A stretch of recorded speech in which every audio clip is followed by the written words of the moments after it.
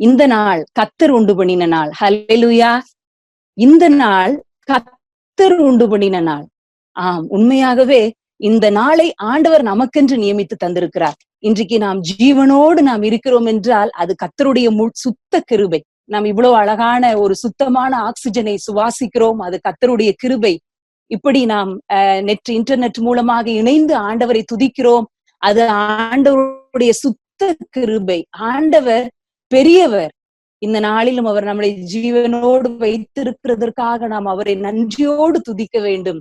நன்றியுள்ள இருதயத்தோடு ஒவ்வொரு நாளையும் தூங்கி எந்திரிக்கும் போது, கண்ணை திறக்கும் போது, ஆண்டவரே இன்றைக்கு எனக்கு உயிரோடு எழும்புறதற்கு என்னைய நீங்க சித்தம் வச்சிருக்கிறீங்கப்பா, எனக்கு ஜீவன் கொடுத்திருக்கிறீங்க அப்படின்னு நினைக்கும் போதே நம்முடைய இருதயம் ஆண்டவர் மேல வைத்திருக்கிற அன்புனால, அவர் நமக்கு செய்திருக்கிற நன்மையினால நன்றியோடு துதித்து பொங்கி எழும்புகிற இருதயமாக இருக்க வேண்டும். ஏனென்றால் இன்றைக்கு உலகத்தின் சூழ்நிலைகளை பார்க்கும் போது ஆண்டவர் இன்றைக்கு நமக்கு ஜீவனை கொடுத்திருப்பது ஏதோ ஒரு நோக்கத்தோடு அவர் கொடுத்திருக்கிறார்.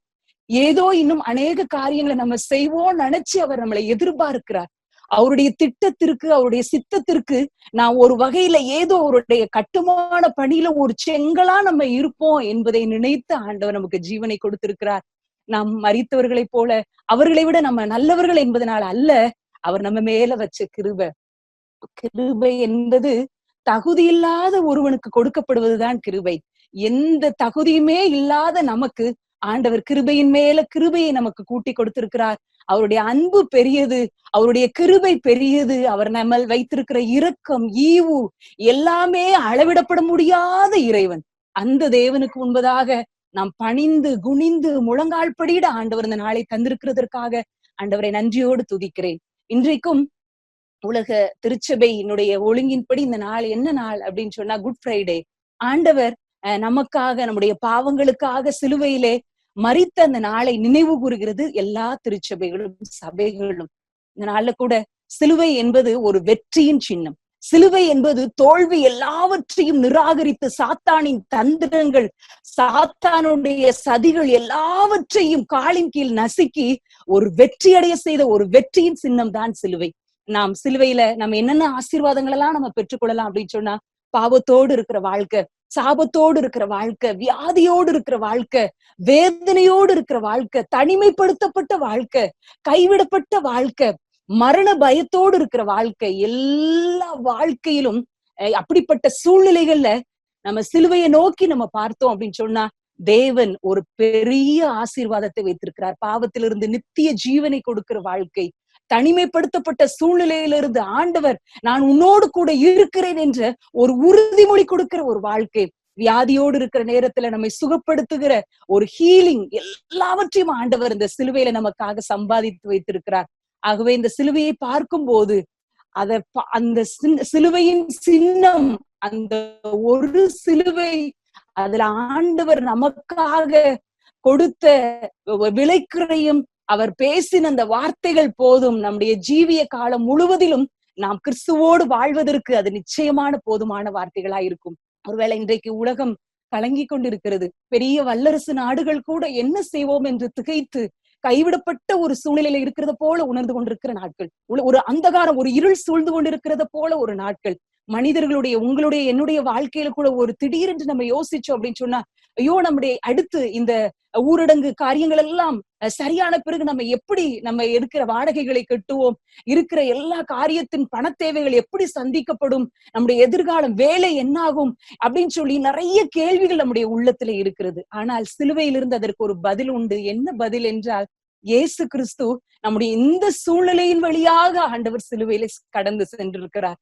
ஒரு கைவிடப்பட்ட ஒரு சூழ்நிலையில, என் தேவனே என் தேவனே ஏன் என்னை கைவிட்டீர் அப்படின்னு சொல்லுகிற ஒரு சூழ்நிலை, அல்லது மனிதர்களினால சுற்றியில் இருக்கிற மனிதர்கள் எல்லாம் விட்டு சென்றது போல ஒரு சூழ்நிலை, எல்லா சீஷர்களும் தன்னை விட்டு சென்ற சூழ்நிலை. அன்பின் சீஷனாகிய யோவான் தன்னுடைய தாயாரை தவிர மற்ற எல்லார்களும் பிரிந்து சென்ற ஒரு சூழ்நிலை, ஒரு இருள் சுற்றிலும் பிதாவினுடைய முகத்தை மறைத்து கொண்டு ஒரு இருள் மறைத்து கொண்டது போன்ற ஒரு இருளான சூழ்நிலை வழியாக கடந்து சென்றதுனால இப்பொழுது இருக்கிற நம்முடைய சூழ்நிலையை அவர் புரிந்து கொள்ள வல்லமை உள்ளவராய் இருக்கிறார். ஹல்லேலூயா, ஹல்லேலூயா.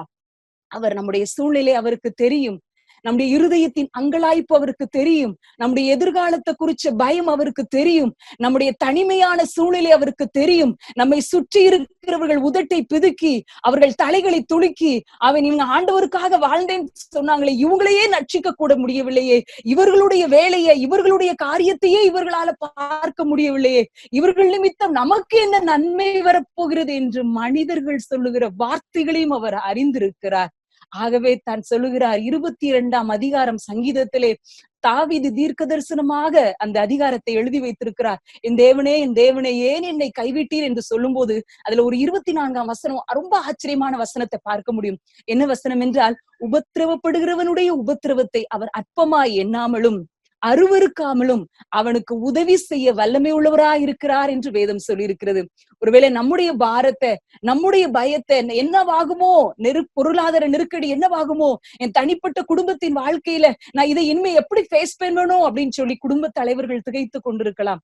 அதை நம்ம சொன்னோம்னா பக்கத்துல நம்மளோட ஃப்ரெண்ட்ஸ் கிட்ட என்னவாகுமோன்னு பயமா இருக்கு, இதுக்கு போய் பயப்படுறான் பார் அப்படின்னு சொல்லி ஒருவேளை நம்ம கூட இருக்கிறவங்க நம்ம இதை அற்பமா நினைக்கலாம். ஆனா ஆண்டவர்கிட்ட நம்ம அதை சொன்னோம் அப்படின்னு சொன்னா ஆண்டவர் அதை கரிசனையோடு கேட்கிற ஆண்டவர் சொல்லுவார், எப்பா உன் சூழ்நிலை எனக்கு தெரியும், இந்த கைவிடப்பட்ட சூழ்நிலையை போல நீ இருக்கிறது எனக்கு தெரியும். ஒருவேளை இருண்ட சூழ்நிலையை போல நீ இருக்கிறாயோ, எல்லாமே உன்னை சுற்றிலும் எல்லாம் அந்தகாரப்பட்டதை போல ஒரு சூழ்நிலையில இருக்கிறாயோ, அந்த சூழ்நிலையும் எனக்கு தெரியும். ஆனாலும் அந்தகாரத்திலிருந்து ஒரு பெரிய ஆச்சரியமான ஒளியினிடத்திற்கு உன்னை வரவழைத்தவர் நான் இருக்கிறேன். நான் உன் சகல காரியங்களையும் பொறுப்படுத்த வழிநடத்த நான் வல்லவராய் இருக்கிறேன் என்று ஆண்டவர் சொல்லுகிறார். சிலுவை மரணம் அது ஆண்டவருடைய சரீரம் புதைக்கப்பட்டாலும் 3ஆம் நாளில் மிகுந்த வல்லமையோடு மிகுந்த ஆரவாரத்தோடு ஆண்டவருடைய உயிர்த்தெழுதல் இருந்தது. அதே போல இன்றைக்கும் துக்கத்தோடு கண்ணீரோடு கவலையோடு இருக்கிற நம்முடைய வாழ்க்கை நிச்சயமாகவே சொல்லுகிறேன், உயிர்த்தெழுதலின் வல்லமையை இந்த மாதத்திலே ஆண்டவர் நமக்கு உதவி செய்வார். ஒன்றுமில்லாமையில் இருந்து எல்லாவற்றையும் ஆண்டவர் தோன்ற வல்லமை உள்ளவராய் இருக்கிறார். மரித்தது என்று சொல்லி ஒண்ணுமில்ல, எல்லாம் முடிஞ்சிருச்சு, 3 நாட்கள் ஆகிவிட்டது, இனிமே அதுல எழும்புவதற்கு எந்த காரியமும் இல்ல, எல்லாமே முடிந்து விட்டது என்று முற்றுப்புள்ளி வைத்தார்கள் எருசலேம் ஜனத்தார். அங்க சுற்றி இருந்த ஜனங்கள் அப்படித்தான் பார்த்தார்கள். கல்லறையின் வாசலிலே நின்ற போர்ச்சேவர்கள் அப்படித்தான் எண்ணி இருப்பார்கள். ஆனால் முடிந்தது என்று சொல்லப்பட்ட வாழ்க்கையின் எல்லாவற்றையும் உதறி தள்ளிவிட்டு இயேசு கிறிஸ்து உயிரோடு விழுந்தார். அந்த உயிர்த்தெழுந்த ஆண்டவர் இன்றைக்கும் நம்மோடு கூட இருக்கிறார். அவர் நம்முடைய மரித்த காரியங்கள், இனி அவ்வளவுதான் என்று முற்றுப்புள்ளி வைத்த காரியங்கள் எல்லாவற்றையும் அவர் புதுப்பிக்க வல்லமை உள்ளவராய் இருக்கிறார்.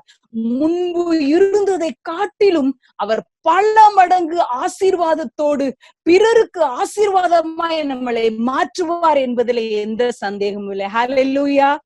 சுவாசிக்கிறவங்க ஆண்டவருக்கு ஒரு ஹல்லேலூயா சொல்லலாமா? ஹல்லேலூயா, ஹல்லேலூயா. ஆண்டவர் அப்படிப்பட்ட கிருபையோடு தைரியமாய் இருப்போம். நம்முடைய சூழ்நிலை அவருக்கு தெரியும், நம்முடைய பாரங்கள் அவருக்கு தெரியும். ஏனென்றால் அவர் சிலுவையில எல்லாவற்றையும் அவர் அனுபவித்திருக்கிறார். ஆகவே தான் எபிரேயர் ஆக்கியோன் சொல்லும் போது 4ஆம் அதிகாரம் என்று நினைக்கிறேன், சொல்லும் போது சொல்லுவார், உங்களுக்காக பரிதபிக்க கூடாத ஒரு பிரதான ஆசாரியன் இல்லை, நம்மை போல எல்லா விதத்திலும் பாடுபட்டு சோதிக்கப்பட்ட பிரதான ஆசாரியரே நமக்கு இருக்கிறார். ஹல்லேலூயா. நமக்கு இருக்கிற பிரதான ஆசாரியர் நமக்கு வந்த பிரச்சனைகளை தெரியாதவர் அல்ல, நாம் நடக்கிற அந்த வழியின் வழியாய் அவர் நடந்து முன்னாடி சென்றிருக்கிற ஆண்டவர். ஆகவே அவருடைய அடிச்சுவடுகள் என்ன என்பது ஒரு உண்மையான சீஷனுக்கு தெரியும். அவரை ஒவ்வொரு நாளும் அவருடைய பாதப்படியை தொடருகிற ஒரு சீஷனுக்கு அவருடைய பாதப்படியின் அடிச்சுவடுகள் தெரியும்.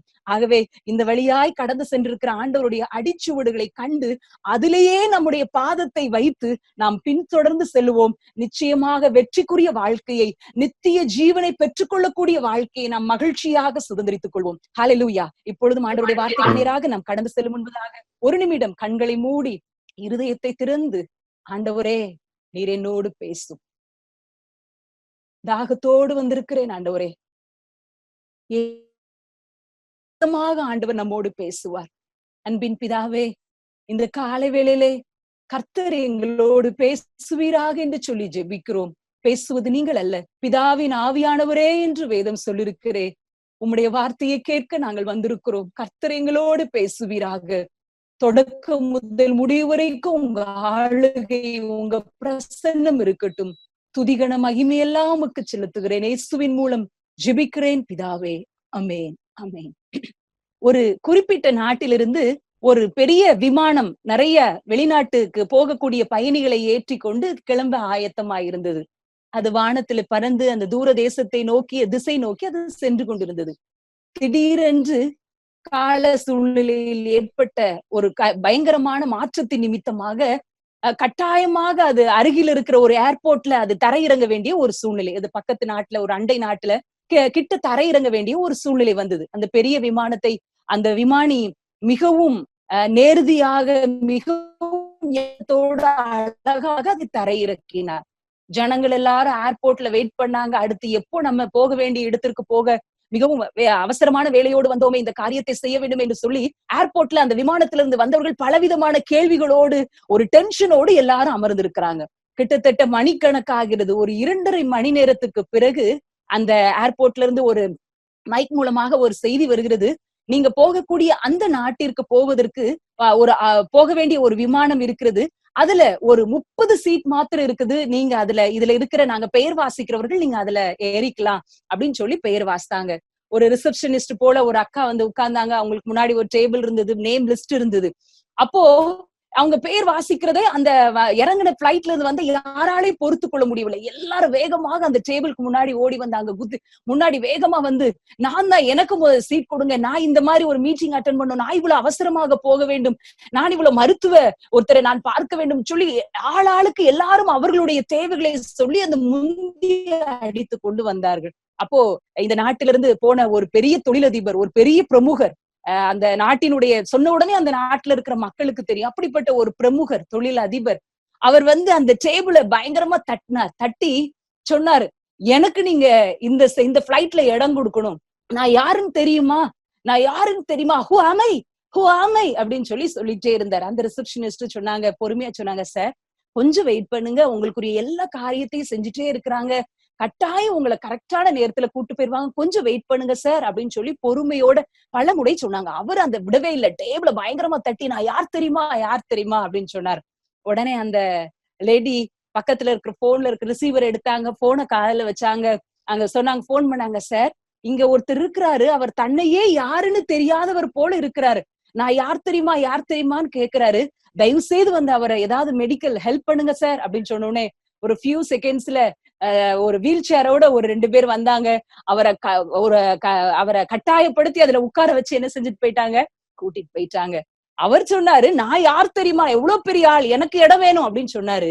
ஆனா அவங்க யோசிச்சது இவர் யார், அவங்க சொன்ன விதம் வேற என்பதை நீங்க புரிந்து கொண்டிருப்பீங்க. ஒருவேளை உலகத்தில் இருக்கிற மனிதர்களுடைய நிலை என்ன அப்படின்னு சொன்னா, மனநிலை என்னன்னா, நான் யார் தெரியுமா அப்படிங்கறத உலகம் தெரிஞ்சுக்கணும், என்னை சுத்தி இருக்கிறவங்க நான் யார் அப்படிங்கிறத உலகம் தெரிஞ்சுக்கணும் அப்படின்னு சொல்லி நினைக்கிறதா உலகத்தில் இருக்கிற மனிதர்களுடைய மனநிலை. ஆனால் இயேசு கிறிஸ்துவை தெய்வமாக கொண்டு அவருடைய பாதத்தின் கீழ் தன்னை அர்ப்பணித்த நீங்களும் நானும் எப்படிப்பட்ட மனநிலையோடு இருக்க வேண்டும் என்று சொன்னால், நான் ஆராதிக்கிற தேவன் யார் தெரியுமா என்ற மனநிலையோடு நம்முடைய வாழ்க்கையை வாழ்ந்து முடிக்க வேண்டும். உலகத்தாரின் மனநிலை என்ன, நான் யார் தெரியுமா என்று உலகம் அறிந்து கொள்ள வேண்டும் என்ற மனநிலையோடு அவர்கள் வாழ்கிறார்கள். ஆனால் இயேசு கிறிஸ்துவின் அடியவர்களாகிய உங்களுடைய என்னுடைய சிந்தனை எப்படி இருக்க வேண்டும், நான் ஆராதிக்கிற ஆண்டவர் யார் தெரியுமா என்பதை சுற்றி இருக்கிறவர்கள் அறிந்து கொள்ளும்படி நம்முடைய மரண பரியந்தமும் வாழ வேண்டும் என்று ஆண்டவர் விரும்புகிறார். இந்த நாளில நம்முடைய ஆவிக்குரிய வாழ்க்கையில அநேக செய்திகளை கேட்டிருக்கிறோம். வேத வசனங்களை வாசிக்கும் போது நம்முடைய சுபாவங்கள்ல நிறைய மாற்றங்கள் வேண்டும் என்று சொல்லி நாம் பிரயாசப்பட்டிருக்கிறோம், ஜெபித்திருக்கிறோம். ஆண்டவருடைய வேத வசனம் ஒரு புதையலை போல, பொக்கிஷத்தை போல, ஒரு கண்டெடுக்கப்பட்ட வைரத்தை போல, வைரத்துல ஒவ்வொரு பட்டைகள் இருக்கும், எந்த டைரக்ஷன்ல அதை திருப்பினாலும் அது அதனுடைய விதம், அதுல உள்ள இருந்து வருகிற அந்த வெளிச்சம், அந்த கிளார், அந்த ஒரு ஷைனிங் வந்து வெவ்வேறு விதமா இருக்கும். அதே போல நம்முடைய ஆவிக்குரிய வாழ்க்கையில ஒவ்வொரு நாளும் நம்ம ஆண்டவரை நெருங்குவதற்காக அநேக காரியங்களை கற்றுக்கொள்கிறோம். இந்த நாளில இன்னொரு விதத்துல இன்னும் நம்முடைய ஆவிக்குரிய வாழ்க்கை வளர, ஆண்டவரை நான் இன்னும் பிரியப்படுத்தும்படி நான் வாழ்வதற்கு நான் என்ன செய்யணும் அப்படின்னு சொல்லி ஆசையோடு இருக்கிற உங்களுக்கு எனக்கு ஆண்டவர் ஒரு காரியத்தை இன்றைக்கு கற்றுக் கொடுக்க போகிறார். அது என்ன, அது ஆவிக்குரிய வாழ்க்கையின் இன்னொரு பரிமாணம் என்று சொல்வது இன்னொரு டைமென்ஷன், இன்னொரு பக்கத்துல நம்ம பார்க்கலாம். அது என்ன என்று சொன்னால், மறைந்திருக்கிற ஒரு கிறிஸ்தவ ஜீவியம் ஜீவிக்க ஆண்டவர் இன்றைக்கு நம்மை அழைக்கிறார். மறைந்து வாழுகிற ஒரு கிறிஸ்தவ ஜீவியம். கொலோசையருக்கு எழுதின நிருபம் 3ஆம் அதிகாரம் 3ஆம் வசனத்திலே வேத வசனம் இப்படியாக சொல்லுகிறது, ஏனெனில் நீங்கள் மரித்தீர்கள், உங்கள் ஜீவன் கிறிஸ்துவுடனே தேவனுக்குள் மறைந்திருக்கிறது என்று வேத வசனம் சொல்லுகிறது. நீங்கள் மரித்தீர்கள், உங்கள் ஜீவன் கிறிஸ்துவுடனே கூட தேவனுக்குள் மறைந்திருக்கிறது என்று வேத வசனம் இதுல சொல்லப்படுகிறது நம்ம பார்க்கிறோம். இன்றைக்கு ஆண்டவர் நம்மிடத்துல உணர்த்துகிற காரியம், இன்றைக்கு ஆண்டவர் நமக்கு கற்றுக் கொடுக்கக்கூடிய காரியம் என்ன அப்படின்னு சொன்னா, மறைந்து வாழுகிற ஒரு கிறிஸ்தவ வாழ்க்கையை ஆண்டவர் நம்மிடத்துல எதிர்பார்க்கிறார். ஒருவேளை வேதாகமம், முழு வேதாகமும் அப்படி சொல்லுகிறதா? வேதாகமத்துல இப்படிப்பட்ட ஒரு சத்தியங்கள் உண்டா? ஆண்டவர் இப்படிப்பட்ட ஒரு வாழ்க்கை வாழ நம்மளை எதிர்பார்க்கிறாரா என்று சொன்னால் நிச்சயமாக நிச்சயமாக உண்டு. அதற்கு உதாரணமாக ஏசாயா 6ஆம் அதிகாரத்துல நம்ம எல்லாருக்கும் தெரிந்த ஒரு வேத பகுதி. உசியா ராஜா மரணமடைந்த வருஷத்துல ஏசாயா ஆண்டவரை உயரமும் உன்னதமான ஒரு சிங்காசனத்துல வீற்றிருக்கிறவராக காண்கிறார். அப்பொழுது நம்ம அந்த வசனத்தை திருப்பி வைத்துக் கொள்வோம். ஏசாயா 6ஆம் அதிகாரம்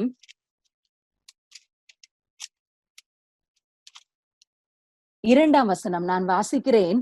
சேராபின்கள் அவருக்கு மேலாக நின்றார்கள், அவர்களில் ஒவ்வொருவனுக்கும் 6 செட்டைகள் இருந்தன.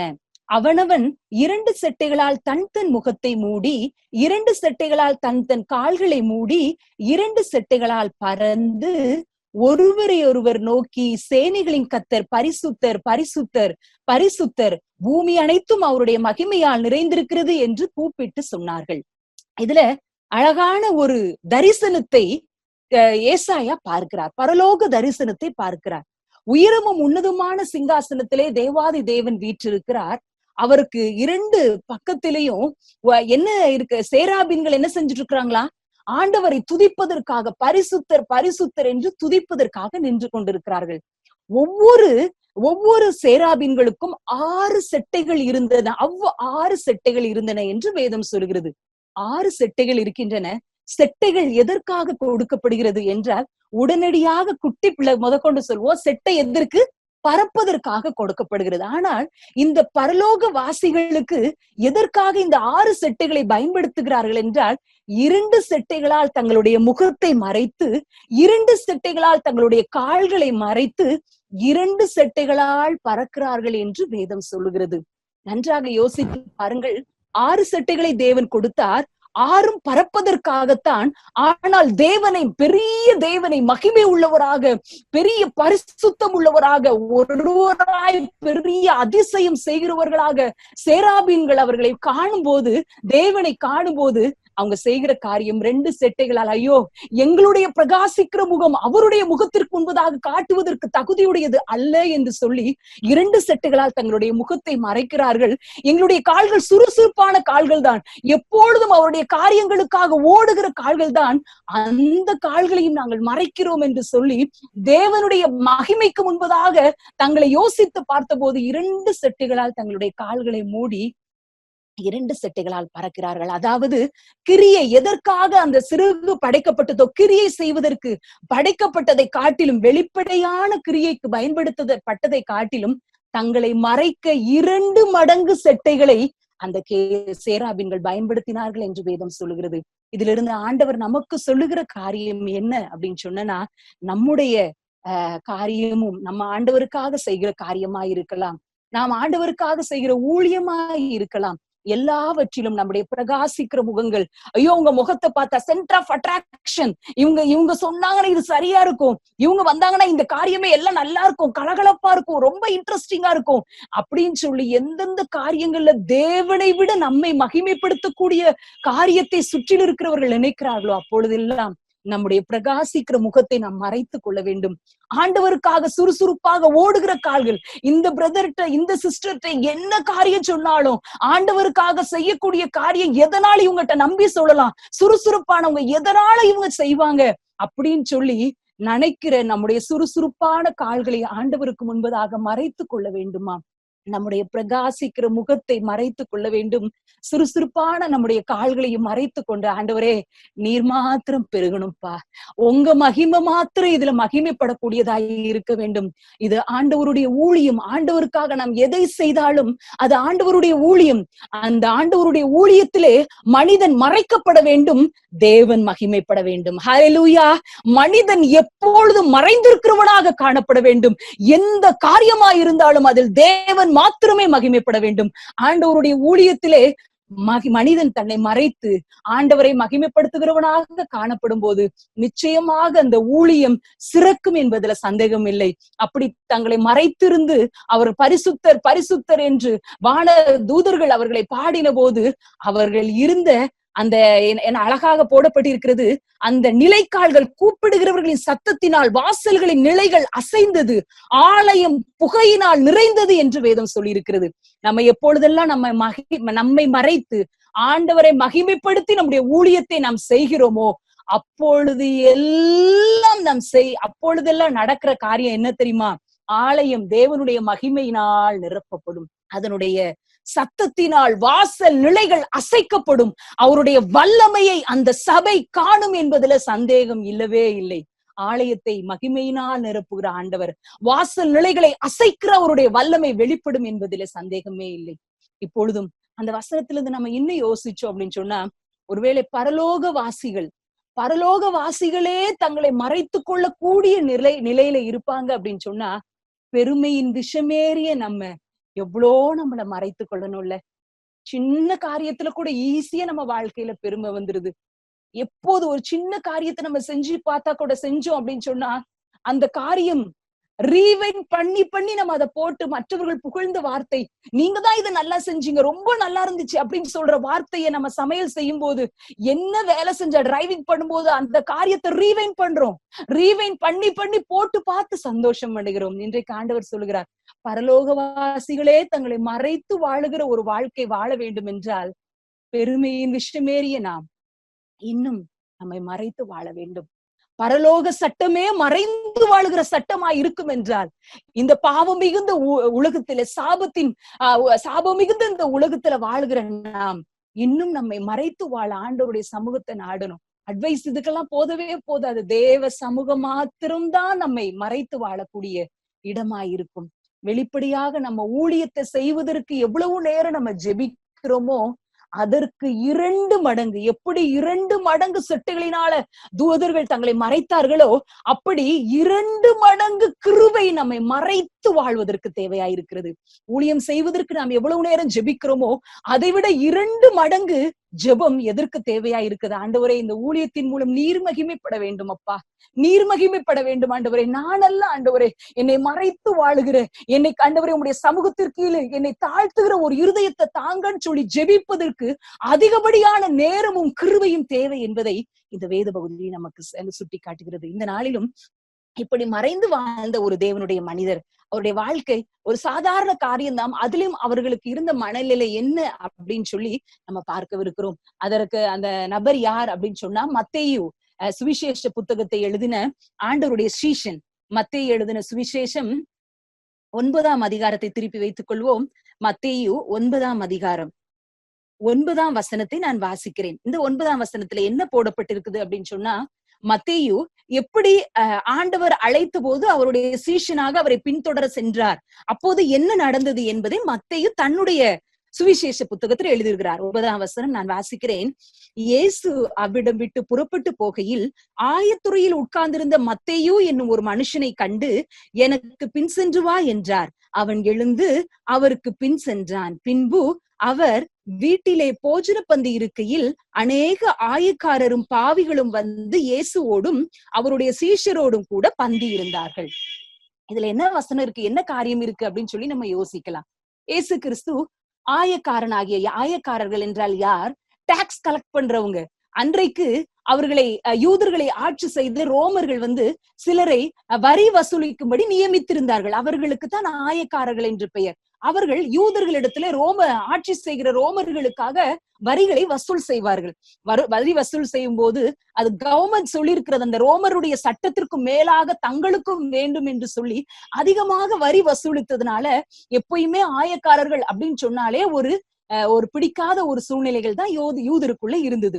மத்தேயு ஒரு ஆயக்காரர். நம்ம சகைவை குறிச்சு வாசிக்கிறோம். சகைவை கண்டாலே மனுஷர்கள் சுற்றி இருக்கிறவங்க ஒரு மாதிரி துச்சமா அருவருப்பா நினைச்சது போலதான் அந்த ஆயக்காரர்களுடைய நிலை இருந்துச்சு. இந்த ஆயக்காரர் தான் இந்த மத்தேயு. அவரை ஆண்டவர் அழைக்கிறார். மத்தேயுவை ஆண்டவர் அழைக்கிறார். நீ என்னை பின் சென்று வா அப்படின்னு அழைக்கிறார். உடனே அவர் பின் சென்றார். அப்போது அவர் என்ன சொல்லப்பட்டிருக்குது? 10ஆம் வசனம், போஜன பந்தி இருக்கையில், வீட்டிலே போஜன பந்தி இருக்கையில் அப்படின்னு சொல்லி எழுதப்பட்டிருக்குது. அதாவது என்னன்னா, மத்தேயுவை ஆண்டவர் அழைத்தவுடன் மத்தேயு என்ன செய்கிறார்? வீட்டுல ஒரு விருந்து செய்யறார். அதுல ஆயக்காரர்கள், பாவிகள் எல்லாரையும் அழைத்து ஒரு விருந்து செய்து ஆண்டவரை அதற்கு பின்பற்றுகிறார். இதுதான் இந்த நம்ம வாசித்த வசனத்திற்குரிய காரியம்.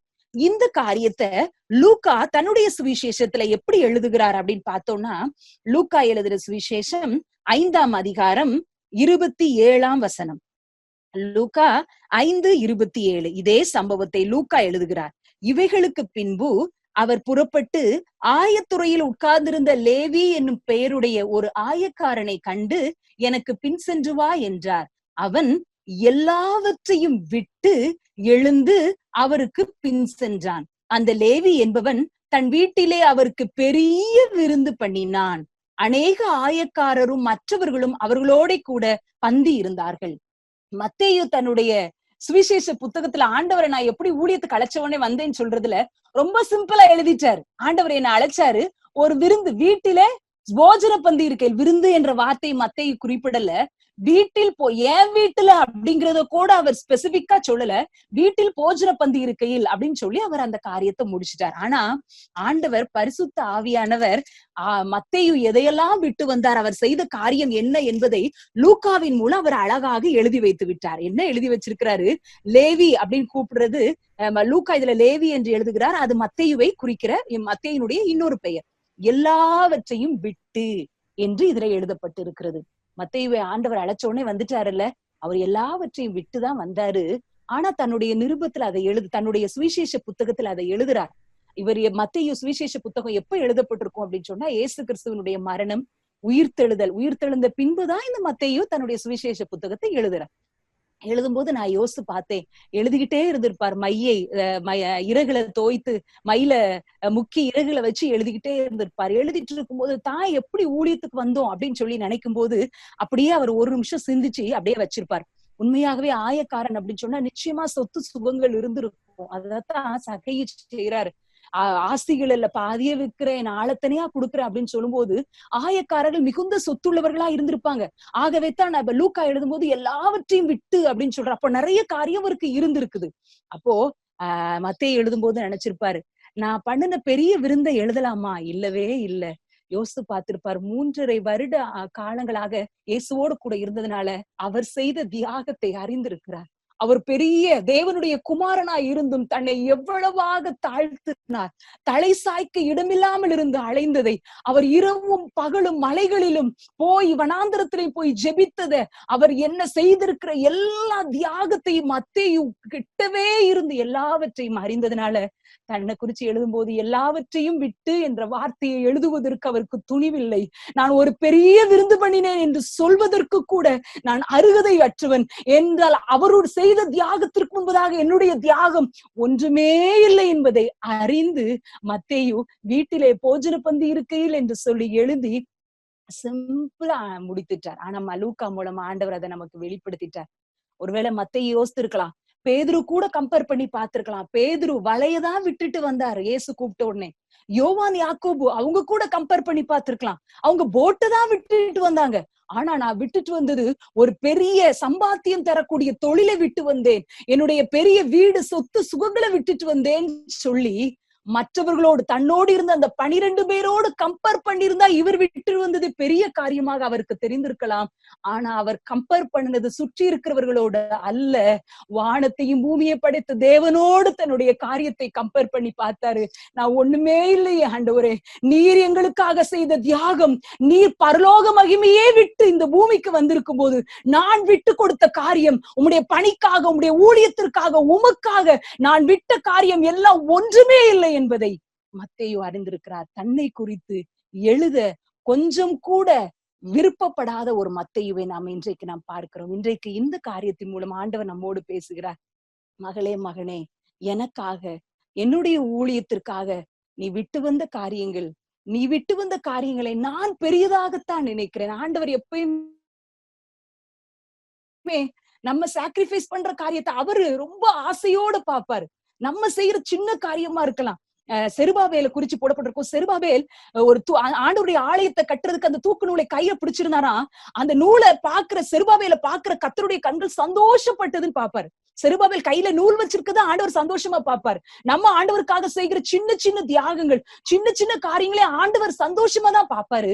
ஆனா நம்ம விட்டு வந்த காரியங்கள் பெருசு என்று நினைக்கக்கூடிய சுபாவம் நமக்கு இருக்கக்கூடாது. எப்போ தெரியுமா அது பெருசா நமக்கு தெரியும்? நம்ம கூட இருக்கிறவங்களோட அதை கம்பேர் பண்ணி பார்த்தோம்னா அது நிச்சயமாக பெரிதாக தெரியும். அவர்கள் விட்டு வந்ததை காட்டிலும் நான் விட்டு வந்தது பெரிது என்பதுதான் தெரியும்.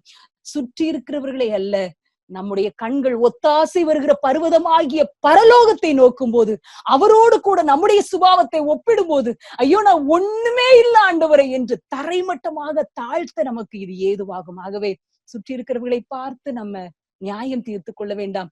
சுற்றி இருக்கிறவர்களை பார்த்து அவர்களோட நான் பரவாயில்லன்னு சொல்லி நியாயம் தீர்த்து கொள்ள வேண்டாம். நம்முடைய கண்கள் ஆண்டவரே நோக்கி இருக்கட்டும். மத்தேயு தன்னுடைய குணத்தை நம்ம பார்க்கிறோம். அவர் இன்னும் மத்தேயு 10ஆம் அதிகாரத்துல 12 சீஷர்களை குறிச்சு அட்டவணையை எழுதுவார். எல்லாரும் பேரையும் எழுதுவாரு. நம்ம கூர்ந்து கவனிச்சா அதுல ஒரு ஆச்சரியம் இருக்கும். ஆயக்காரனாகி மத்தேயுன்னு தன்னை குறிச்சு எழுதுவார். அவர் மத்தேயுன்னு சொல்லி சும்மா காமா போட்டு எல்லாரும் பேர் கூட மத்தேயுன்னு எழுதியிருக்கிறார்ல. ஆனா பாவியா இருந்த பாவிகளோடும் விபச்சாரக்காரரோடும் அடையாளப்படுத்தப்பட்ட ஆயக்காரனாகிய நானும் ஆண்டவருக்கு சீஷனானேன் என்பதை குறிக்கும் வண்ணமாக ஆயக்காரனாகிய மத்தேயு என்று எழுதியிருப்பார். ஆண்டவரோடு சீஷனாய் இருந்தவர்தான். ஆண்டவரோடு எல்லா காரியங்களையும் பார்த்து அவரோடு உண்டு உறங்கினவர் எழுதும்போது கடைசியிலையும் தன்னுடைய நிலையை அடையாளப்படுத்திக் கொள்கிறார். பாவிகளோடு தன்னை அடையாளப்படுத்திக் கொள்கிறார், ஆயக்காரனாகிய மத்தேயு என்று. நம்முடைய சுபாவமும் இப்படி இருக்கட்டும். ஆண்டவருக்கு முன்பதாக மறைந்து ஜீவிக்கிற வாழ்க்கை. மத்தேயு 5ஆம் அதிகாரத்துல சொல்லுகிறது, நீங்க வலது கையில செய்யறது இடது கைக்கு தெரிய வேண்டாம். நீங்க என்ன தான தர்மமோ, நீங்க செய்கிற காரியம் மற்றவருக்கு தெரிய வேண்டும் என்று செய்ய வேண்டாம் என்று ஆண்டவர் சொல்லியிருக்கிறார். முதல் காரியம் இன்றைக்கு நாம் கற்றுக்கொண்டோம். மத்தேயுவிடத்திலிருந்து தன்னை குறித்து பிரஸ்தாபப்படுத்த விரும்பாத ஒரு மத்தேயு, அந்த சுபாவம் நம்மிடத்துல இருக்கும் அப்படின்னு சொன்னா நிச்சயமாகவே ஆண்டவர் நம்மை வழிநடத்த வல்லமை உள்ளவராயிருக்கிறார். அவரை நம்ம சந்தோஷப்படுத்த முடியும் என்பதுல சந்தேகம் இல்லவே இல்லை. அடுத்து ஒரு வேதாகம நபரை நான் நினைவுபடுத்த விரும்புகிறேன். அவங்க யார் அப்படின்னு சொன்னா மரியாள் ஆண்டவரை 10 மாதம் சுமந்து பெற்ற ஒரு தாய். ஆனா எந்த இடத்துலயும் நான் ஆண்டவருக்கு தாய் அப்படிங்கிற ஒரு பிரிவிலேஜ அவங்க யூஸ் பண்ணதா தெரியவே தெரியாது. ஒருவேளை யோசித்து பாருங்க, ஆண்டவரோடு 3½ ஆண்டு காலம் இருந்த மத்தேயு ஒரு சுவிசேஷ புத்தகத்தை எழுதிவிட்டார், மார்க் எழுதிவிட்டார், லூக்கா எழுதிவிட்டார், யோவான் எழுதிவிட்டாங்க. 30 வருஷம் அவரோடு கூட இருந்த இயேசு கிறிஸ்துவின் தாய் ஒரு சுவிசேஷ புத்தகத்தை எழுதியிருக்கலாமா? இல்லையா? எழுதி இருக்கலாம். ஆனா தேவ திட்டம் என்ன? ஆண்டவருடைய குமாரன், கிறிஸ்துவனுடைய குமாரனுடைய எல்லா காரியத்தையும் ஆண்டவர் வெளிப்படுத்த சித்தமா இல்லை. பிதாவாகிய தேவன் ஆண்டவருடைய இயேசு கிறிஸ்துவனுடைய 1 to 30 வருஷத்துல என்னெல்லாம் நடந்தது அப்படிங்கறத அக்குவேற ஆணை வர எழுதி வைக்கவே இல்லை. அவருடைய பிறப்பு சொல்லப்பட்டிருக்கிறது. அடுத்தது ஆலயத்துல போதகர்களோடு அவர் பேசி இருக்கிற காரியங்கள் சொல்லப்பட்டிருக்கிறது. அடுத்த நேர வனாந்தரத்துல இருக்கிற காரியம், ஞானஸ்நானம் எடுக்கிற காரியம் தான் அதுல போடப்பட்டிருக்கு. 30 ஆண்டு காலத்தை அவர் வெளியே ஆண்டவர் பிரசித்தப்படுத்தணும்னு ஆண்டவர் சித்தம் வைக்கல. அதற்கு ரகசியத்தை காத்து கொள்ளக்கூடிய ஒரு பெண்ணை தேடி இருப்பார். அது அந்த மரியாளாக ஆண்டவருடைய கண்கள்ல தென்பட்டது. நான் யோசித்து பார்த்தேன், நானா இருந்தா என்ன செஞ்சிருப்பேன், அப்படி இப்படின்னு சொல்லியிருப்பேன். நான் செல்லனே யோசிச்சு பார்ப்பேன். மரியாள் மட்டும் ஒரு சுவிசேஷ புத்தகத்தை எழுதிட்டாங்கன்னா 30 வயசு வரைக்கும் ஜீசஸ் எப்படி இருந்தாங்கன்னு சண்டே ஸ்கூல் எடுக்க ரொம்ப ஈஸியா இருக்கும். அவ ஏதாவது சேட்டை பண்ணானா, டேய் ஏசப்பாவை பாருடா, எவ்வளவு நல்லவரா இருந்தார் பாருடா, 10 வயசுல எப்படி இருந்தார், 12 வயசுல எப்படி இருந்தார் பாத்தியா, அவரு பக்கத்துல அண்ணன்மாரு ஃபேமிலில ஏதாவது அண்ணன் தம்பி சண்டை வந்துச்சுன்னா சொல்லிருக்கலாம், ஏய் ஜீசஸ் அவங்க அவங்க அண்ணன் தம்பி கூட எவ்வளவு அன்பா இருந்தார் பாரு, அன்னைக்கு இட்லி செஞ்சு கொடுத்தாங்களாம், அம்மா செய்ய நேரம் ஆயிட்டு தம்பிக்கு பசியா இருக்கணும்னு நீ சாப்பிடுன்னு சொல்லி கொடுத்துரு, எவ்வளவு விட்டு கொடுத்தா இருப்பாரு, இந்த ரோட்ல விழுந்து கிடக்குற பிள்ளைய உடனே தூக்கி விட்டா இருப்பாரு. இப்படி நிறைய காரியம் நமக்கு கிடைச்சிருக்கும் அப்படின்னு நான் நினைப்பேன். ஆனா ஆண்டவரே இயேசு கிறிஸ்துவனுடைய எல்லா காரியமும் வெளிப்படுத்தணும் அப்படின்னு சித்தம் வைக்கல. மரியாள் அந்த தேவ திட்டத்திற்கு உறுதுணையாக நின்றார். அது மாத்திரம் இல்ல, அப்போஸ்தலர் 1ஆம் அதிகாரம் 14ஆம் வசனத்துல மரியாளை குறிச்சு போடப்பட்டு இருக்கிறது. அப்போஸ்தலர் 1, இயேசு கிறிஸ்து உயிர் தெழுந்து சீஷர்கள் எல்லாரும் ஒரு இடத்துல மேல் வீட்டறையிலே கூடியிருக்கிறார்கள். பரிசுத்த ஆவியானவர் அபிஷேகம் பண்ணப்பட போகிற அந்த நாள்ல 1:14 ஆக்ட்ஸ் 1:14 அங்கே இவர்கள் எல்லாரும் ஸ்திரீகளோடும் இயேசுவின் தாயாகிய மரியாளோடும் அவருடைய சகோதரரோடும் கூட ஒருமனப்பட்டு ஜெபத்திலும் வேண்டுதலிலும் தரித்திருந்தார்கள். இதுல என்ன போடப்பட்டிருக்கு, அவரோட சீஷர்களுடைய 11 சீஷர்கள், யூதாஸ் காரியத்தினுடைய பெயர் இல்ல, அவருடைய சீஷரோடு கூட தரித்திருக்கிறாங்க. 120 பேர் கூடியிருக்கிறாங்க. அதுல ஆளோடு ஆளாக மரியாள் உட்கார்ந்து இருக்கிறார். நான் இயேசு கிறிஸ்துவின் தாய் அப்படிங்கிற எந்த பிரிவிலேஜையும் மரியாள் யூஸ் பண்ணவே இல்லை. அந்த இடத்துல 120 பேரோடு கூட 120 பேர்ல 120 பேராக மரியாள் இருக்கிறத நம்ம பார்க்க முடிகிறது. இந்த நாளில ஆண்டவர் இந்த மரியாளின் மூலமாக நமக்கு சொல்லுகிற காரியம், எல்லாம் நான் செய்கிற காரியம், நான் கிறிஸ்துவுக்காக கிறிஸ்துவனுடைய சித்தத்துல கிறிஸ்துவனுடைய பணியில நான் என்னுடைய காரியத்தை என்னெல்லாம் செஞ்சேன், இயேசு கிறிஸ்துவானவர் வளருவதற்கு, அவரை இந்த உலகத்துல கொண்டு வருவதற்கு, அவருடைய திட்டம் நிறைவேறுவதற்கு நான் எந்த காரியத்துல எல்லாம் உறுதுணையா இருந்தேன்னு சொல்லி மரியாள் தன்னை முன்னிலைப்படுத்தல. அவ எந்த பிரிவிலேஜையும் அவங்க யூஸ் பண்ணல. உலகம்தான் அவர்களை கடவுளாக மாற்றி தெரியாமல் தொழுது கொள்கிறதே தவிர அவங்க எந்த இடத்துலயும் எதையுமே சொல்லவே இல்லை. இன்றைக்கு ஆண்டவர் 2வது காரியம் நம்ம இடத்துல சொல்கிறார், நீங்க தேவ திட்டத்திற்காக அவருடைய பணிக்காக தோள் கொடுக்கிறவர்களாக, அவருடைய சித்தத்தை செய்வதிலே நீங்களும் பங்குள்ளவர்களாக, மாளிகையாக கட்டப்படுகிற அவருடைய ராஜ்யத்திலே ஒரு செங்கலாக, சிமெண்டாக, மண்ணாக நம்ம இருப்போம் அப்படின்னு சொன்னா, நான் இருக்கிறேன், நான் அதுல பங்கு இருக்கு, எனக்கு பங்கு இருக்கு, நான் யார் தெரியுமா, அவரோட சித்தத்துல நான் எவ்வளவு பெரிய பங்குல இருக்குன்னு தெரியுமா என்று சொல்வதற்காக அல்ல. மரியாளை போல 120 பேரோடு இருக்கும்போது ஆளோடு ஆளாக அமர்ந்திருந்தாள். அதே போன்ற சிந்தை நம்மோடு இருக்கட்டும். முழு சபையோடு, ஆண்டவருடைய மனவாட்டி சபையோடு இருக்கும்போது நான் முன்னிலைப்படுத்தப்பட வேண்டும், என்னுடைய காரியங்கள் அதுல சொல்லப்பட வேண்டும், நான் என்னால செய்தது என்று எழுதி வைக்க வேண்டும், கல்வெட்டுல என்னுடைய பெயர் இருக்க வேண்டும். கிராமங்கள்ல ஆலயங்கள்ல போனோம்னா போட்டிருக்கோம், 100 ரூபாய் கொடுத்தவங்கல இருந்து 1000 ரூபாய் போட்டவங்க வரைக்கும் ஒரு லிஸ்ட் 2 பக்கத்திலேயே ஒரு கரும்பலகையில வைத்திருக்கோம். இப்படி கரும்பலகையில போடுவாங்கன்னு சொல்லி கொடுக்கிறவங்க சிலரா இருக்கலாம், அநேக தியாகத்தோடு கொடுக்கிறவர்கள் உண்டு. ஆனாலும் மறைந்திருக்கிற ஒரு கிறிஸ்தவ வாழ்க்கை, என் வலதுகை செய்வது என் இடதுகைக்கு தெரிய வேண்டாம், நான் அந்தரங்கத்துல செய்கிற காரியம் வெளியரங்கமாய் தெரிய வேண்டாம் என்ற ஒரு கிறிஸ்தவ சுபாவம் ஒவ்வொரு கிறிஸ்தவர்களுக்கும் அது தேவை. முதிர்ச்சியடைந்து ஒவ்வொரு கிறிஸ்தவர்களுடைய வாழ்க்கையிலும் இருக்க வேண்டிய ஒரு கட்டாயம் இந்த காரியம் உண்டு என்பதை நாம் மறந்து போக வேண்டாம். முழு வேதாகமத்தை நம்ம பார்த்தோம் அப்படின்னு சொன்னா, நிறைய பெயர் அறியப்படாதவங்க இந்த வேதாகமத்துல இருக்கிறாங்க. 5 அப்பம் 2 மீனை கொண்டு வந்து சின்ன பையனுடைய பெயர் தெரியாது. நாகமான் வீட்டுல இருந்த சின்ன பிள்ளையோட பெயர் இந்த வேதாகமத்துல போடப்படல. தனக்கு இருந்த ஜீவனத்துக்கு உண்டான எல்லாவற்றையும் காணிக்கை போட்டுவிட்ட அந்த ஏழை விதவையினுடைய பெயர் வேதாகமத்துல இல்ல. எலிசா தீர்க்கதரிசிக்காக மேல் வீட்டறையை ஆயத்தப்படுத்தி அவருக்குரிய சகல சலக்கரணையோடும் அவரை விசாரித்த சூனேம் ஊர்ல இருந்த அந்த கணம்பொடிந்திய ஸ்திரீனுடைய சூனேமியளுடைய அவளுடைய பெயர் அதுல போடப்படவில்லை. சூனேம் என்பது அவளுடைய ஊர், அவளுடைய பெயர் அதுல போடப்படல. நிறைய பேருடைய பெயர்கள் அதுல போடப்படல. பெயர் அறியப்படாதவர்கள் இந்த வேதாகமத்துல பெரிய காரியங்களை செய்திருக்கிறாங்க. நான் யாரோட பெயர்லாம் போடப்படலன்னு எழுதும் போது அவங்களை குறிச்சு தனிப்பட்ட விதத்துல யோசித்து பார்த்தேன். ஒரு காரியத்தை நான் அறிந்து கொண்டேன். 5 அப்பம் கொடுத்த தம்பி தனக்குன்னு ஒரு அப்பத்தை வைக்கல, முழுவதுமாக ஆண்டவர்கிட்ட அர்ப்பணிச்சுட்டான். நாகமான் வீட்டுல இருந்த சின்ன பிள்ளை சுயநலமா செயல்படல, தன்னை முழுவதும் ஆண்டவருடைய சித்தத்துக்கு ஒப்பு கொடுத்தா. ஏழை விதவை தனக்காக ஒரு காசு இருக்கட்டும் அப்படின்னு நினைக்கல, ஜீவனத்துக்கு உண்டான எல்லாவற்றையும் கொடுத்து விட்டா. சூனேம் ஊர்ல இருந்து அந்த கணம் பொருந்திய ஸ்திரீ என்ன நினைச்சா, கேட்கிறாரோ அவளுக்கு ஏதாவது, நம்மளை இவ்வளவு கவனமா கவனிக்கிறாளே, அன்போடு உபசரிக்கிறாளே, இவளுக்கு ஏதாவது செய்ய வேண்டியது இருக்கா அப்படின்னு சொல்லி கேயாசிட்டு விட்டு கேட்ட உடனே சூனேம் ஊர்ல இருக்கிற அந்த கணம் பொருந்திய ஸ்திரீ சொல்லுவாங்க, உமது அடியால் சுகமாய் தங்கியிருக்கிறேன். தன்னுடைய குழந்தை இல்ல அப்படிங்கிற காரியத்தை கூட சொல்லி தன்னுடைய தேவையை சொல்லியதை தேவ மனிதனிடத்திலிருந்து நம்ம பெற்றுக்கொள்ளணுங்கிற விருப்பம் கூட, தன்னுடைய தேவையை கூட சொல்ல விரும்பாத ஒரு ஸ்திரீ. எல்லாருடைய பெயரை பார்த்தோம்னா ஒருவேளை யோசித்தேன், முழுமையா இவங்களை தங்களை கொடுத்ததுனாலதோ இவங்களுடைய பெயரெல்லாம் வரணும்னு அவங்க விரும்பி இருக்க மாட்டாங்க. அதனால பரிசுத்த ஆவியானவர் பெயர் எழுதப்படாத பரிசுத்தவான்களா இவங்களை எல்லாம் வச்சிருக்கிறார். உண்மையாகவே முழுமையாக அர்ப்பணிக்கப்பட்ட வாழ்க்கை யாருடைய உள்ளத்துல எல்லாம் இருக்குதோ அந்த வாழ்க்கை பெயர் பிரஸ்தாபத்தை விரும்பவே விரும்பாது. ஆண்டவரே, உங்களுக்கு எது பிரியமோ அது என் வாழ்க்கையில நடக்கட்டும் அப்படின்னு சொல்லி எந்த ஒரு தேவனுடைய மனிதன் ஆண்டவரிடத்துல அனுதினமும் தன்னை ஒப்பு கொடுக்கிறானோ, உங்களுக்கு எது பிரியமோ அது என் வாழ்க்கையில நடக்கட்டும் ஆண்டவரே என்று தன்னை ஒப்பு கொடுக்கிறவனுடைய வாழ்க்கையில பெயர் பிரஸ்தாபத்தை விரும்ப மாட்டான். தன்னை மறைத்து வாழுகிற வாழ்க்கையை அவன் விரும்புவான். என் பெயர் குறிக்கப்பட வேண்டும், என் பெயர் வாசிக்கப்பட வேண்டும், என்னுடைய பெயர் அந்த வாழ்த்துறையில, அந்த நன்றியுரையில என்னுடைய பெயர் குறிப்பிடப்படவில்லையே என்ற வருத்தம் தன்னை முழுவதுமாக ஆண்டவருக்கு ஒப்பு கொடுத்த ஒரு தேவ மனிதனுக்கு இருக்கவே இருக்காது என்பது நிச்சயமான உண்மையா இருக்கிறது. 119ஆம் சங்கீதம் எவ்வளவு பெரிய சங்கீதம், எழுதினவர் யார் என்று தெரியவில்லை. இன்றைக்கும் லட்சக்கணக்கான கோடிக்கணக்கான கிறிஸ்தவர்களால் இன்றைய நாளில வாசிக்கப்படுகிற 91ஆம் சங்கீதம் யார் எழுதினார்கள் என்று இதுல இல்ல. நிறைய தேவன் நிறைய காரியத்தை ஆண்டவரே மறைத்து விட வேண்டும் என்று தீர்மானித்தார் இருக்கிறார். மறைவானவை தேவனுக்கு உரியவை, அத தேவனுக்குரியவர்களா ஆண்டவரே நானும் மறைந்து வாழுகிற ஒரு கிறிஸ்தவ வாழ்க்கை வாழ என்ன ஒப்பு கொடுக்கிறேன் அப்படின்னு சொல்லி ஒப்பு கொடுத்தனா அது தேவனுக்கு உகந்த பலியாக இருக்கும் என்பதுல சந்தேகம் இல்லவே இல்லை.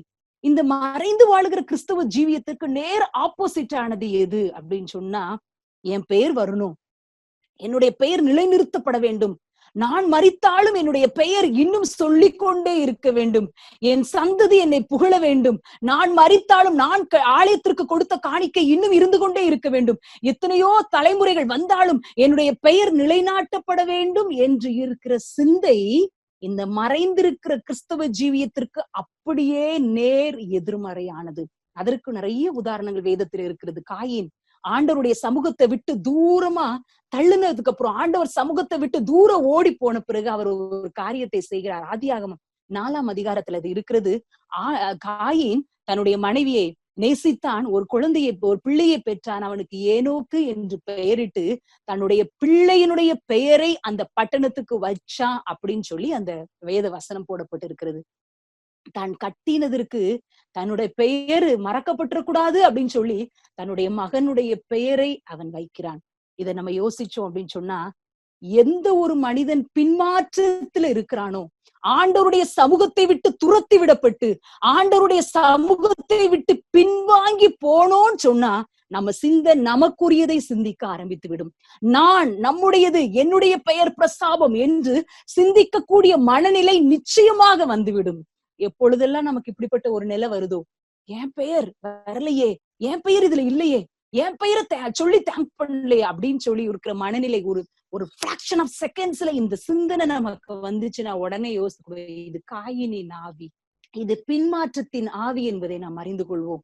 அதே போல ஆதியாகமம் 11ஆம் அதிகாரத்துல வாசிக்கிறோம், பாபேல் என்கிற கோபுரத்தை ஜனங்கள் கிட்டுறாங்க, நமக்கு பேரு உண்டு பண்ணுவோம் அப்படின்னு சொல்லி அதுல போடப்பட்டிருக்குது. 11ஆம் அதிகாரம் 4ஆம் வசனத்தை திருப்பி வைத்துக் கொள்வோம்.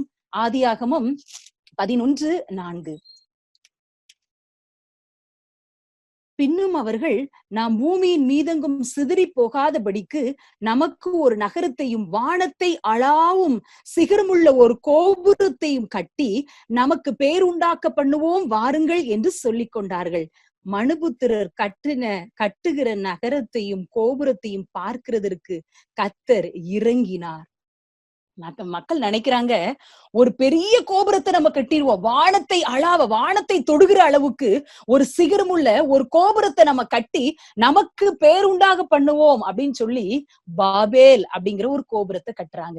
நமக்கு பேருண்டாகப்படணும். அடுத்த வருஷத்துல போட்டிருக்குது, ஆண்டவர் மனுஷர் கட்டுகிற அந்த கட்டிடத்தை பாக்குறதுக்கு கர்த்தர் இறங்கினார் என்று போடப்படும். மனுஷர் நினைச்சிட்டான் நம்ம வானத்தை தொடுற அளவுக்கு பெரிய கட்டிடத்தை கட்டிட்டோம். அவன் நினைச்ச ஆண்டவர், வானத்துல இருக்கிற ஆண்டவர், எப்பா நீ கட்டுற கட்டுற என் கண்ணுக்கே தெரியலையா, அந்த குடிசை எங்கப்பா இருக்கு, நான் இரு வெயிட் பண்ணு, நான் இறங்கி வந்து பாக்குறேன்னு பார்க்க வர்றாரு. மனிதனுடைய பார்வைக்கு அது வானலாவிய கோபுரமா தெரியுது, ஆண்டவருடைய பார்வைக்கு இறங்கி வந்து பார்க்கக்கூடிய ஒண்ணுமே இல்லாத காரியமாக தெரிகிறது. பாபேலின் ஆவி பெயர் பிரஸ்தாபத்தை விரும்புகிற பாபேலின் ஆவி. அதே போல இன்னொரு பாபிலோனின் ஆவி இருக்குது. அது தானியேல்ல நம்ம வாசிக்கிறோம். தானியேல், திருப்பி வைத்துக் கொள்வோம் வேதாகமத்தை, தானியேல் தீர்க்கதரிசன புஸ்தகம் 4ஆம் அதிகாரம், தானியேல் 4ஆம் அதிகாரம் 30வது வசனம். நெபுகாத் நேச்சார் பாபிலோனின் மேல அவர் கட்டின அந்த அரண்மனையில மேல உலாவி கொண்டிருக்கும் போது 30வது வசனத்துல சொல்லுகிறார், இது என் வல்லமையின் பராக்கிரமத்தினால் என் மகிமை பிரஸ்தாபத்திற்கென்று ராஜ்யத்திற்கு அரண்மனையாக நான் கட்டின மகா பாபிலோன் அல்லவா என்று சொன்னான். இந்த வார்த்தை ராஜாவின் வாயில் இருக்கும் போதே வானத்திலிருந்து ஒரு சத்தம் உண்டாகி, ராஜாவாகிய நெபுகாத் நேச்சாரே, ராஜ்யபாரம் உன்னை விட்டு நீங்கிற்று, மனுஷரிலிருந்து தள்ளப்படுவாய் என்ற சத்தம் கேட்டது. பாபிலோனின் ஆவி, காயினின் ஆவி, பாபேலின் ஆவி, பாபிலோனின் ஆவி. அந்த பாபிலோனின் ஆவி அந்த நெபுகாத் நேச்சார் அந்த அரண்மனையில உலாவும் போது, என் வல்லமை, என் மகிமை நான் கட்டின, என் மகிமை, என் வல்லமை நான் கட்டின மகா பாபிலோன் அல்லவா என்ற ஒரு பெயர் பிரஸ்தாபத்தை விரும்புகிற நெபுகாத் நேச்சார், அவர் வாயில கூட அவர் அந்த வார்த்தைகளை சொல்லவில்லை. அந்த வார்த்தை அவருடைய வாயில் இருக்கும்போது, வெளியில உண்டாச்சான்னு தெரியல, வாயில இருக்கிறப்போவே ஒரு சத்தம் உண்டாயிற்று, நீ மனுஷரில் என்று நீக்கப்பட்டு மிருகங்களோடு சஞ்சரிப்பாய் என்று. ஆண்டவர் இன்றைக்கு நமக்கு எச்சரிப்பாக சொல்லுகிறார். ஒரு காரியத்தை நமக்கு கற்றுக் கொடுத்தார். கிறிஸ்தவ ஆவிக்குரிய வாழ்க்கையின் பல இதுல நம்ம இன்னும் கற்று தெரிந்தவர்களாக வேண்டும். இன்னைக்கு ஒரு காரியத்தை நமக்கு கற்றுக் கொடுத்தார். மறைந்திருக்கிற ஒரு கிறிஸ்தவ வாழ்க்கை, மறைந்திருக்கிற ஒரு கிறிஸ்தவ வாழ்க்கை, அது நமக்கு தேவை. அது நம்முடைய ஆவிக்குரிய வாழ்க்கையை நமக்கு முன்னேற்றும். அது அநேகருக்கு அது ஆசீர்வாதமாய் இருக்கும். மறைந்திருக்கிற வாழ்க்கை நம்ம வாழ்ந்தோம்னு சொன்னா ஒரு நாள் வரும், அவனவனுக்கு அவர் அளிக்கிற பலன் அவரோடு கூட வருகிற நாள் வரும். அன்றைக்கு நாம் பெற்றுக்கொள்வோம். இன்றைக்கே நான் செய்கிற நல்ல காரியங்களுக்கு, இன்றைக்கே நான் செய்கிற தான தர்மங்களுக்கு, இன்றைக்கே நான் செய்கிற தியாகங்களுக்கு, இன்றைக்கே நான் செய்கிற ஊழியத்துக்கு நான் இப்பொழுதே அதன் நான் பார்க்கணும், இப்பொழுதே அந்த பாராட்ட, அந்த என்கரேஜ்மெண்ட் வார்த்தையை நான் கேட்கணும்னு நினைச்சேன். அந்த பூமியிலேயே அடைந்து தீர்ந்தாயிற்று. ஆண்டவர் வரும்போது நம்மளை பார்க்கும்போது ஏதாவது எனக்கு கொண்டு வந்திருக்காரான்னு பார்க்கும்போது ஒண்ணுமே அவர் கையில இருப்பார். சொல்லுவார், எப்பா நீ எல்லாமே செஞ்ச, உண்மைதான், என்னுடைய பணிக்காக நீ அநேக செஞ்ச, ஆனா அதன் பலனை எல்லாம் இந்த பூமியிலே அடைந்து தீர்ந்தாயிற்று என்று சொல்லுவார். ஆனால் பெயர் பிரஸ்தாபத்தை விரும்பாமல் ஆண்டவருடைய சித்தம், ஆண்டவரே நீர் மகிமைப்பட வேண்டும், நான் மறைக்கப்பட வேண்டும், நீர் மகிமைப்பட வேண்டும் என்று சொல்லி நம்ம அவருடைய கிறிஸ்தவ ஜீவியம் இருந்துச்சுன்னா அவருடைய அந்த மகிமையின் நாளில அவரோடு கூட வருகிறது நம்முடைய கிரியைக்கு ஏற்ற பலன். நாம் மனிதர்களிடத்துல வாங்க வேண்டுமா, ஆண்டவரிடத்துல வாங்க வேண்டுமா? நாம் சிந்தித்து பார்ப்போம். ஒருவேளை இந்த காயினை போல சிந்தை, பாபேல் கோபுரத்தை கட்டின மக்களோடு போன்ற சிந்தை நம்முடைய இருதயத்துல இருக்கும். ஆண்டவர்கிட்ட சொல்லுவோம், ஆண்டவரே நான் தெரிந்தோ தெரியாமலோ நான் அப்படி வாழ்ந்து விடவே கூடாது ஏசப்பா. என்னுடைய ஜீவியம் கொலோசையர் 3:3 வாசித்தபடி நம்முடைய வாழ்க்கை கிறிஸ்துவுடனே கூட தேவனுக்குள் மறைந்திருக்கிற வாழ்க்கையா இருக்க வேண்டும்.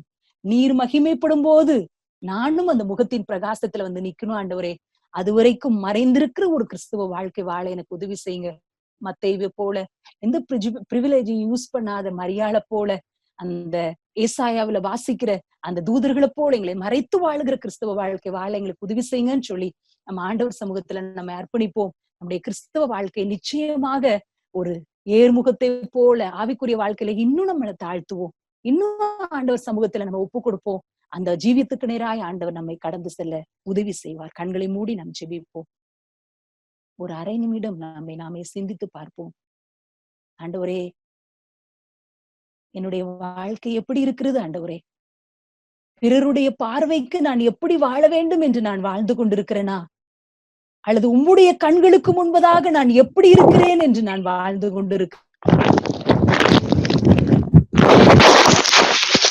இருக்கிறதா, அல்லது என்னை சுற்றி இருக்கிறவர்கள் என்னை குறித்து என்ன நினைக்கிறார்கள் என்ற சிந்தை எனக்கு அதிகமாயிருக்கிறதா? நான் யார் என்று என் உறவுகள், என்னை சுற்றி இருக்கிறவர்கள், வேலை பார்க்கிற இடத்துல அறிந்து கொள்ள வேண்டும் என்ற சிந்தை எனக்கு இருக்கிறதா? நான் ஆராதிக்கிற தேவன் யார் என்று என்னை சுற்றி இருக்கிறவர்கள் அறிந்து கொள்ளும்படி நான் வாழ வேண்டுமே என்ற ஏக்கம் எனக்கு இருக்கிறதா? ஆண்டவருடைய சமூகத்துல நம்மை ஆராய்ந்து பார்ப்போம். எந்த மனுஷனையும் பிரகாசிப்பிக்கிற மெய்யான ஒளி, ஒருவேளை பாபேலின் சுபாவம், காயினின் சுபாவம், பாபிலோனின் சுபாவம் நமக்கு இருக்கும் என்றால் நாம் ஆண்டவரிடத்துல தாழ்த்தி ஒப்பு கொடுக்கும் போது இப்பொழுதே அவர் நம்மை மறுரூபமாக்க, இப்போதே நம்மை மனம் திரும்ப செய்ய கர்த்தர் வல்லமை உள்ளவராயிருக்கிறார். ஆண்டவரிடத்துல ஒப்பு கொடுப்போமா? அன்பின் பிதாவே, இந்த காலை வேளையிலே நாங்கள் மீண்டும் உடைய சமூகத்தை நோக்கி நாங்கள் பார்க்கிறோம். வேலைக்காரியின் கண்கள் எஜமாட்டியின் கைகளை நோக்கி இருக்கிறது போல எங்கள் கண்களுமே நோக்கி கொண்டிருக்கிறது. ஆண்டவரே, எங்களை மாற்றுங்கன்னு சொல்லி உங்களை நோக்கி பார்க்கிறோம். எங்க சுபாவத்தை மாற்றுங்கன்னு உங்க சுமுகத்தை நோக்கி பார்க்கிறோம். எங்க சிந்தனையை மாற்றுங்கன்னு உங்களை நோக்கி நாங்க பார்க்கிறோம்ப்பா. ஆண்டவரே, வேலைக்காரி கேட்டா ஆண்டவரே எஜமாட்டி இறக்கப்பட்டு கொடுப்பதை போல எங்க சுபாவத்தை நீ மாற்றும்படி உங்க சுபாவத்தை எங்களுக்கு தருவீராக என்று சொல்லி கேட்கிறோம் ஐயா. எங்கள் ஒவ்வொருவரையும் மாற்றுங்க. இந்த வசனத்தை கேட்கிற ஆண்டவரே ஒவ்வொருவரும் உம்மை போல மாற, உங்களுடைய அடிச்சுவடுகளை பின்பற்ற இன்னும் எங்களுக்கு கிருபை தருவீராக என்று சொல்லி ஜெபிக்கிறோம். உமக்காக நாங்கள் கிரியை செய்வதை காட்டிலும் மறைந்து ஜீவிப்பதற்கு இன்னும் அதிக ஜெப நேரத்தை கூட்ட, உம்முடைய கிருபையை பெற்றுக்கொள்ள இன்னும் அதிகமாய் நாங்கள் பிரயாசப்பட எங்களுக்கு உதவி செய்யுங்கன்னு சொல்லி ஜெபிக்கிறோம். எல்லாரையும் ஒப்பு கொடுக்கிறோம். உங்க பாதத்தின் கீழாக ஒப்பு கொடுக்கிறோம். உங்க அடிச்சுவடை பின்பற்ற எங்களை ஒப்பு கொடுக்கிறோம். சிலுவை சுமந்து சென்ற எங்கள் சிலுவை நாதரின் பாத சுவடுகளை பின்பற்ற எங்களை ஒப்பு கொடுக்கிறோம். கர்த்தர் அப்படியே செய்யுங்கப்பா. கரைதிரையற்ற மணவாட்டி சபையாக எங்களை உடைய வருகையில காணும்படி எங்களை அது வரைக்கும் நீர் எங்களை ஆயத்தப்படுத்துங்க. எங்கள் குறைவுகளை மாற்றி உமக்கென்று பூரண ஆண்டவரே மணவாட்டியாய் நீங்க மாற்றுங்கன்னு சொல்லி ஜெபிக்கிறோம். எங்களை தாழ்த்தி தருகிறோம். பொறுப்படுத்திக் கொள்ளும், வழிநடத்தும். துதிகன மகிமையெல்லாம் உமக்கு செலுத்துகிறோம். இப்ப இயேசுவின் மூலம் வேண்டிக் கொள்கிறோம் பிதாவே. ஆமென், ஆமென். ஹல்லேலூயா.